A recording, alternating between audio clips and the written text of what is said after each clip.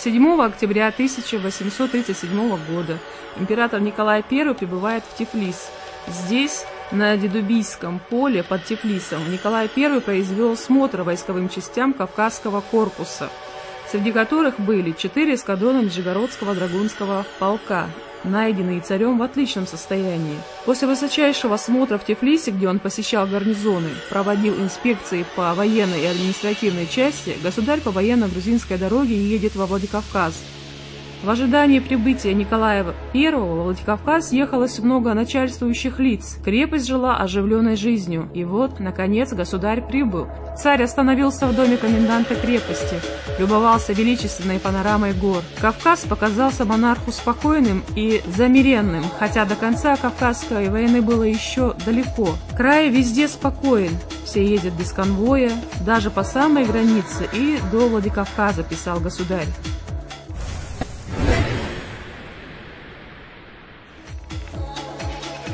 В октябре 1861 года из Мекки в Чечню вернулся шейх Кунта Хаджи, изгнанный Шамилем еще в 1859 году за пацифистские идеи и призывы остановить кровопролитную войну на Северном Кавказе. Вместо оружия возьмите в руки четкий Коран, призывал Кунта Хаджи чеченцев в самый разгар войны имамата Шамиля.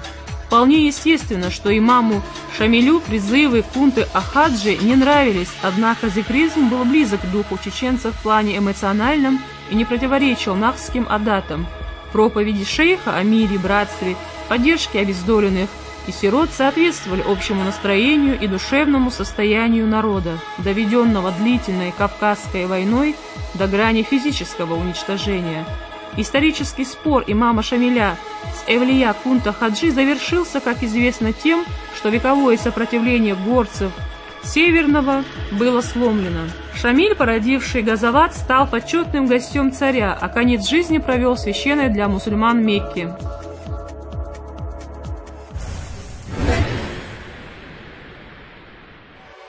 13 октября 1904 года в Терско-Кубанском конном полку, находившемся на позициях под Мукденом, произошло чрезвычайное происшествие, которое в официальных документах было заявлено как явное восстание с целью нарушить долг службы.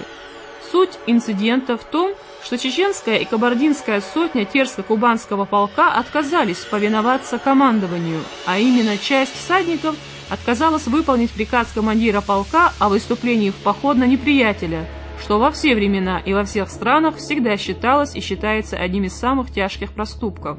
Отказ от подчинения сами горцы объяснили, как сказано в обвинительном акте, тем, что между ними упорно ходили слухи о том, что по истечении 6 месяцев службы они должны быть распущены, и что якобы об этом получена телеграмма от самого царя. Тем не менее, инцидент прочно вошел в историю как восстание горцев в Маньчжурии, несмотря на то, что сотни не были расформированы и до конца войны оставались в действующей армии.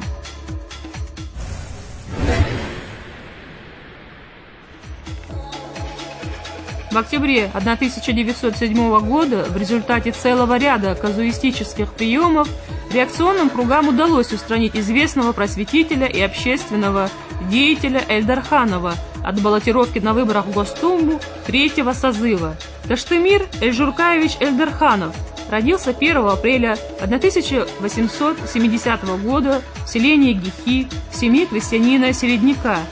Имя Эльдарханова, выдающегося горского революционера, видного партийного и советского деятеля Северокавказского региона, достаточно известно, однако до сих пор мало изучена его деятельность как просветителя и политического деятеля. А ведь он избирался депутатом 1-й и 2-й Государственной Думы, где выступал с демократических позиций, его речи использовал в своей статье по аграрному вопросу Владимир Ильич Ленин.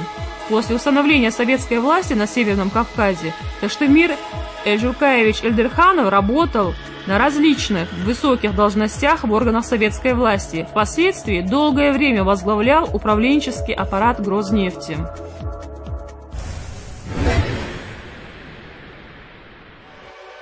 В октябре 1920 года родился известный драматург и писатель Абдул-Хамид Хамидов. Хамидов – один из самых ярких талантов в чеченской литературе. Он прожил недолгую жизнь, но успел сделать очень многое. Прежде всего, нельзя не отметить многообразие его творчества. Его сатирическая пьеса «Божали» была поставлена почти всеми драматическими театрами республик Северного Кавказа. А на родине автора эта пьеса вот уже более 3 десятков лет идет на сцене Чеченского драматического театра. Его герои – любимцы народа. Их словечки и шутки стали поговорками и присловиями в каждодневной жизни. В 50-е, 60-е годы Хамидов немало сделал как организатор культурной жизни в Чечне. Он создает чечено-ингушский государственный ансамбль песни и танца, возглавляет Союз писателей ЧССР. В 1959 году Абдулхамиду Хамидову было присвоено почетное звание народного артиста Чечено-Ингушской автономной Советской Социалистической Республики. Это была поистине заслуженная награда, народ одарил его еще большим. Он был и остается любимым писателем уже нескольких поколений чеченцев.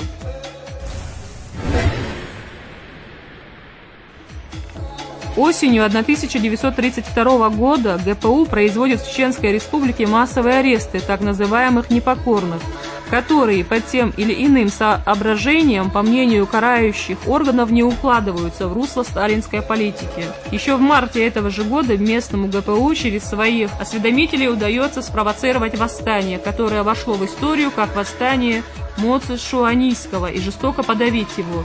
В этот период в городах и селах Чечни производятся непрерывные и массовые аресты. Аресты производятся в основном в Гудермесском и Ножа-Юртовских районах.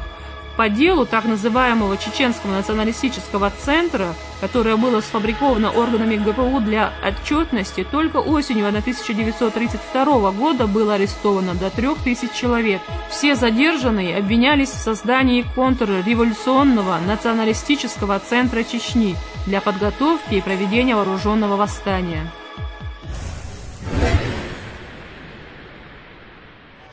В октябре 1992 года до крайности обострились противоречия между Верховным Советом и президентом Российской Федерации Борисом Ельциным. Пройдя через несколько кризисов, политический конфликт завершился указом Бориса Николаевича Ельцина за номером 1400 от 21 сентября 1993 года о прекращении полномочий парламента. За указом последовало двухнедельное противостояние двух ветвей власти, который закончился штурмом и расстрелом Белого дома. По некоторым подсчетам, в ходе столкновений погибло с обеих сторон около 150 человек. Существенную роль в трагической развязке сыграли личные амбиции председателя Верховного Совета Руслана Хасбулатова, выразившиеся в его нежелании заключать компромиссные соглашения с администрацией Бориса Ельцина в ходе конфликта, а также самого Бориса Ельцина, который после подписания указа отказывался напрямую разговаривать с Хасбулатовым даже по телефону. В октябре 1994 года, в соответствии с указаниями президента России Ельцина, министр обороны Павел Грачев распорядился об образовании в Главном оперативном управлении Генерального штаба оперативной группы по Чечне. На оперативную группу возлагалось разработать сценарии развития событий при силовом давлении на Чеченскую Республику, включая ввод войск и боевые действия. Также было возложено обеспечить координацию действий армии, МВД, ФСК, пограничных войск при планировании и подготовке вторжения. Группу возглавили заместитель начальника Главного оперативного управления генерал-лейтенант Квашнин и генерал-лейтенант Шевцов. Директивой Генштаба предписывалось доукомплектовать части СКВО, которые планировалось задействовать в операции. Эти и последующие события, как и действия руководства Чеченской Республики, привели к эскалации напряженности, что в конечном счете и вылилось в так называемую Первую Чеченскую кампанию.